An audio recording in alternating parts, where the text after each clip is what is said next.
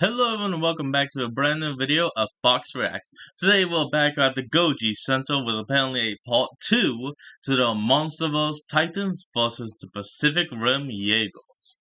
This time with Rodan, Mothra, and Monster Zero himself, King Ghidorah.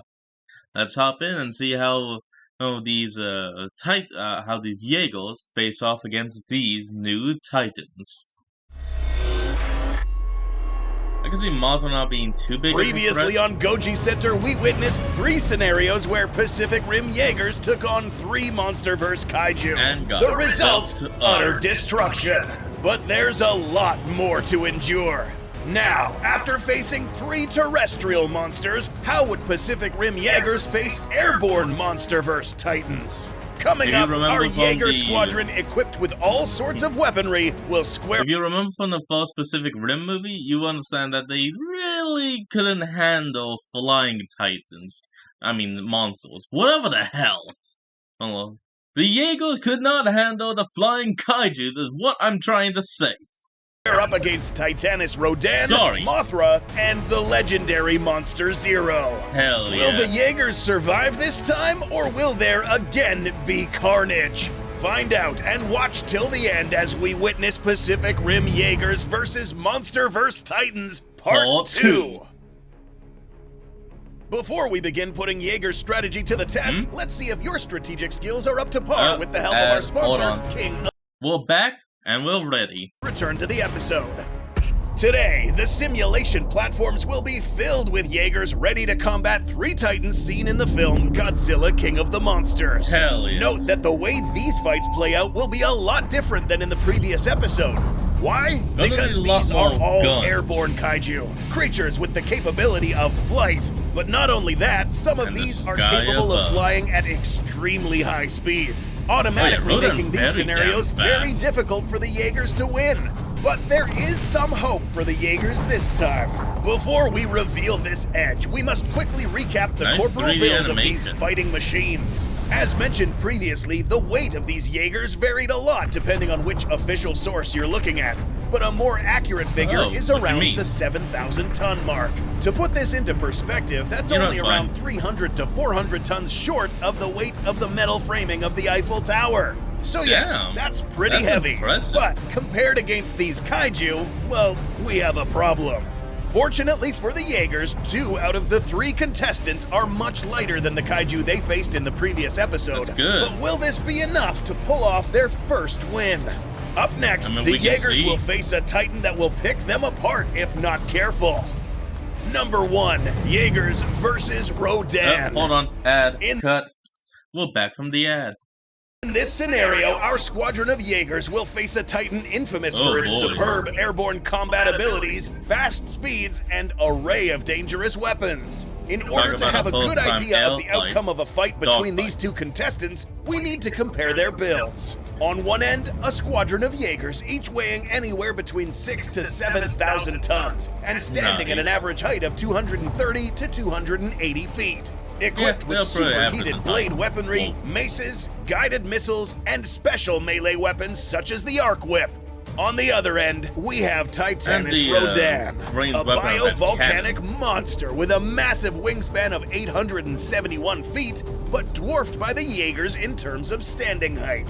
Slouched at 154 feet, Rodan could potentially see this reduced if he stands more upright, but not enough to surpass the 280 feet mark. However, as mentioned earlier, Monsterverse kaiju have a critical edge over any Jaeger. Weight.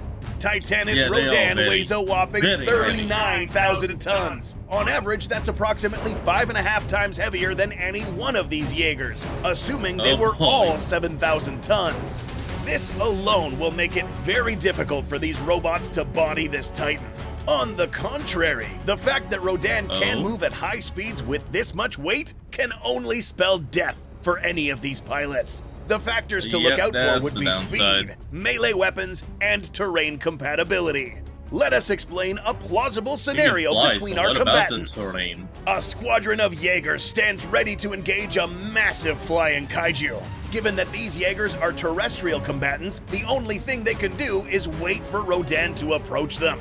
But knowing That's Rodan, all, really. this kaiju won't just gracefully land in front of them and introduce himself. Rodan will strike to kill. Swooping What strikes, would just this like look what he was like? doing A with relatively those jets. heavy kaiju Yeah. like Rodan, moving much faster than the speed of sound, will have a ton of kinetic energy waiting to be immediately converted into something known as impact energy. Oh yeah, We the won't moment he bore you strikes, with that's all pretty the much math it. involved, Just but boom. put simply, if Rodan happens to make contact with either its pointy talons or sharp beak, this only means that the Jaegers would literally, and we mean literally, get pulverized to shreds upon Damn, impact, look at that almost as one. if they were hit by a small meteor. Knowing this, if Rodan just happens breaks to ambush the apart. squadron from the right angle, it is technically possible for Rodan to wipe out most of this squadron in a split second. No matter what weapons least these Jaegers half possessed, of- Rodan's damn. dense, heavy build would make these obsolete. Would Rodan be smart enough to attack in such a fashion?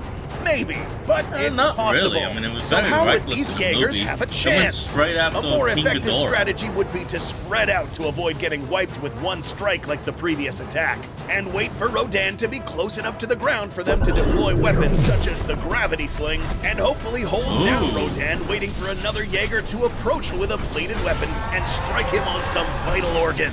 But even this That's is a good difficult. idea. We have seen Rodan impaled before, so there is no guarantee that this strike might even be effective. Rodan wouldn't be a pushover on land either. Yeah, it would at This least, beak's shape knock and him size down a would little. easily be able to grab onto any of these Jaegers' limbs and hack them right Damn it, off. another But ad. Hold having on, folks. And we're back already. said this, the possibilities of Rodan engaging in a purely terrestrial fight is quite low, and would probably resort on cycle charges to wipe out this entire squadron, making defeating Rodan an almost I think I impossible understand why feat. it's called that This is now. without mentioning its thunderclap or cyclonic drift abilities, both Wait, being able to disorient and create a Thunderclap? What the shockwave hell? capable of damaging surrounding crafts. Maybe I need to Could watch these that movie Jaegers again. fight in the sky? Not quite. What you see here are just simple means of transporting Jaegers, which would Yeah, make they them even can't more prone to fly. getting ambushed in the air. The next kaiju on this list fights differently and relies on other interesting sorts of weapons. And here we go. Number The 2, queen of all Jaegers monsters. versus Mothra. In this scenario, humanity finally found a way to piss off Mothra. And now the queen of the Yep, monsters nice turns going, against the jackass. human race and decides that they too must perish. But can humanity hold her off? At least There are only two silk ways attacks. to It handle doesn't this, kill, it and for just this, sticks. we must know a little bit of Mothra's life cycle. Every incarnation of Mothra begins with an egg. Once hatched, a larva will emerge, but this one fights back. Equipped with some With silk considerable only, though. sized mandibles and a silk web that can be fired from its mouth and trap small to medium sized opponents. But how does this measure up against a Jaeger? Well, unfortunately for the larva, these can stand more than 5 times her height. Silk Oh, yeah. attacks from this smaller Silk's larva tiny. will not be enough to ensnare a 280-foot tall Jaeger, meaning Especially that a since it's very successful war slow against now. Mothra would have to be waged early. This way, humanity will have a better chance at defeating this kaiju early on before it evolves into its next winged and more dangerous form. You could But probably what if just humanity take it failed like to a find this soccer egg early ball. and now has to face off against a more mature Mothra? Well, now here's you're where fucked things up. get a little more interesting. Although Mothra is a very strong kaiju, this matchup is actually a little more evenly matched than the previous ones we have seen. First Really? off, let's begin by mentioning that Mothra is not that much bigger than its larva form, measuring up to Oh, a yeah, I mean, the measly wings make up 52 the feet in most of height. it. We aren't completely sure about its weight, but given that its body is only a fraction of the size of Rodan's, we can guess that it's much less than 39,000 tons. Perhaps duh. equal or less than the weight of these Jaegers, without accounting for the weight of the wings. Meaning that for this particular matchup, say it was melee definitely weaponry less will than now be a 10,000 determining tons. factor in the outcome of the fight, along with corporal builds and maneuverability. In this particular matchup, Titanus Masura will no longer have the vast weight advantage seen in the previous matchups, meaning that Mothra Yeah, will bullshit. now have to think critically if it even thinks about standing a chance against a squadron of Jaegers. There are 2 weapons that Mothra possesses that could give pause to these machines. One is Stingle its silk and attack ability. In a the previous silk. face-off video, we discussed that Wasn't this thinking silk of is that. so strong, given that this material is proportionally stronger than steel. What does this mean Nice. for our Jaegers? This means that a combatant without bladed weaponry would easily be ensnared or even handicapped by the silk attack. Other better equipped Jaegers, such as the Saber Athena, for instance, could use her ionic twin blades to cut right through this silk, allowing it to continue fighting. Bladed weaponry is something to look out for in Mothra's case. Given that her wings are relatively thin, one well-placed strike at any of her winged appendages would render her flightless and at the mercy of a much taller Jaeger. That is if Mothra even decides to fly this low. Another method of attack that is available to Mothra is plunge diving from high altitudes and leveraging her close-range weapons such as her stinger and spiked legs to inflict damage right on the Jaeger's command center, or head, where the pilots are housed. Knowing this, the likelihood of Mothra defeating a single Jaeger is plausible, but under very specific circumstances. But one how wrong, long it careless takes move that, could spell it may defeat only for the get Queen that of the one Monsters. kill. This is without mentioning that this smaller kaiju could very well be vulnerable to missile weaponry, potentially granting the Jaeger program its first win against the Monsterverse plethora of titans. But now the Jaeger squad will have to look out and hold on tight, because they will be about to combat the most difficult challenge yet. Number 3, Jaegers versus Ghidorah.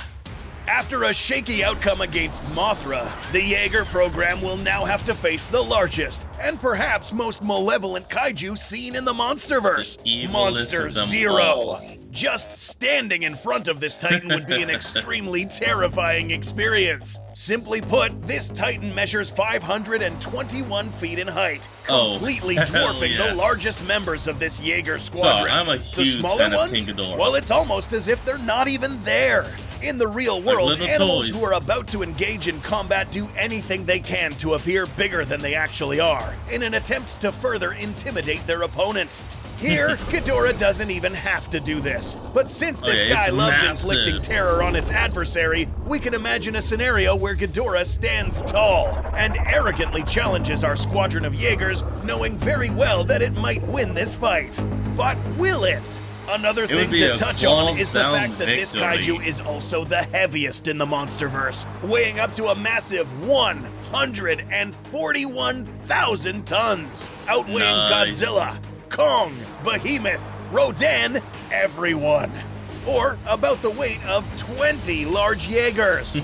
Note that unlike Rodan or Mothra, this guy can actually fight well on land. The factors to look out for are corporal builds, mobility, and special weapons and terrain. If you know anything about Monster Zero, you'll realize that this is no longer a fight. This is an execution, one which will be hard to escape from. But our Jaegers here have no choice but to fight their way out of this scenario. To understand what could potentially happen to these Jaegers during a confrontation, let's quickly run over some of the many weapons that this titan possesses. We'll have to do that in a second. We're back. A three-headed body, each self-conscious and capable of making their own decisions, with sharp teeth capable of shredding and pulling anything apart with collaborative effort. Any unlucky Jaeger to get caught by any of these three heads would only find itself dismembered limb from limb. Now, you may think just because these are robots, the pilots may remain unharmed. While true, whatever corporal damage that is inflicted on these Jaegers is felt to some degree by the pilods, meaning that these guys will suffer intense pain. And this also goes for the methods seen in the previous episode. We should also mention this Titan's special abilities. For starters, a fight with this monster will probably take place in a Category 6 hurricane, with strong winds, restless lightning strikes, tornadoes, you name it. Ghidorah brings with him the apocalypse. In addition to this guy can fire its infamous gravity beam from all three of its mouths directly into one target, causing severe burn damage, disintegrating any smaller creatures, and in this Jaeger's case, inflict superheated damage and potentially fry their circuits, rendering these things useless. But does Ghidorah have to fire on these individually? No. If near a power source, Ghidorah could absorb this energy and amplify it, causing a chain lightning reaction capable of affecting all surrounding craft, critically damaging a large number of these at once. This may sound hopeless for the Jaegers, but you've seen nothing. An airborne Ghidorah would be much more lethal, as seen before with Rodan. A 141,000-ton Titan flying at 630 miles per hour would generate enough impact force to demolish anything under its feet.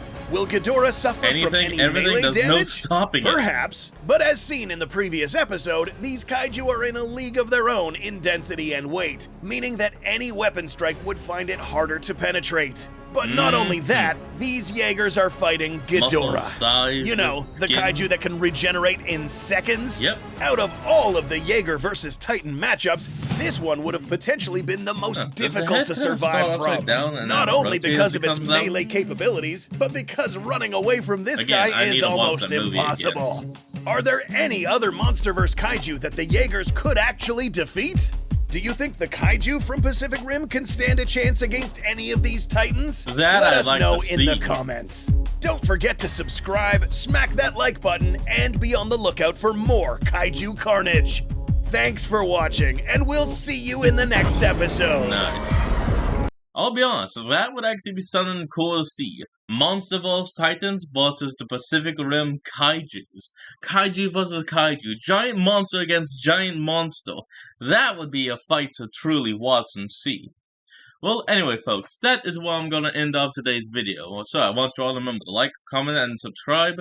Down in the comments below, down in the description is a link to the original videos. Remember, support the original creator and all they do. And I'll see all of you folks later. Peace out.